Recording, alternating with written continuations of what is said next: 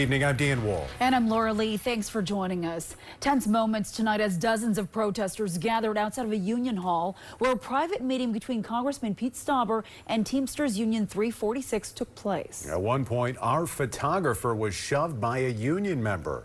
Northern News Now's Ella Showborough was at that meeting and caught up in all of that. We'll get to the part where we were thrown out in a moment, but first, you talked to a lot of protesters tonight. Yeah, Dan and Laura, it was a large crowd of protesters. They were chanting that Congressman Pete Stauber is a coward, saying that he isn't listening to the people he's supposed to represent.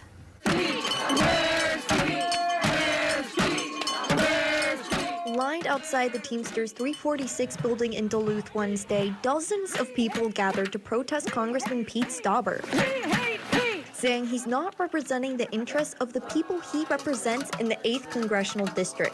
I can't even think of the words I want to use. It's so frustrating and it's so sad, and it's not who we are.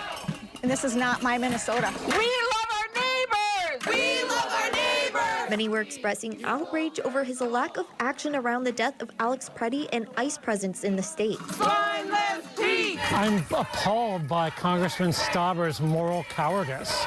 The man can't even show up to make a statement criticizing what's happened in Minneapolis. Many also protested Stauber's mining bill that passed the U.S. House last week, revoking a mining ban for more than 200,000 acres of the Superior National Forest near the Boundary Waters.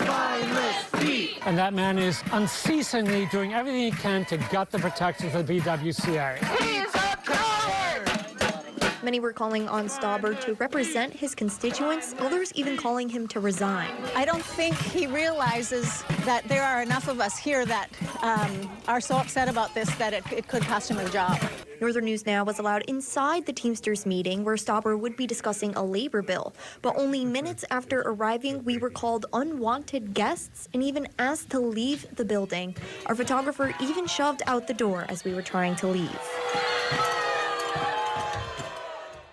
The Duluth News-Tribune tells us that Teamsters barred them from entering in the first place. After the events at tonight's meeting, we emailed the union asking for an apology or statement about their actions, but have yet to hear a response.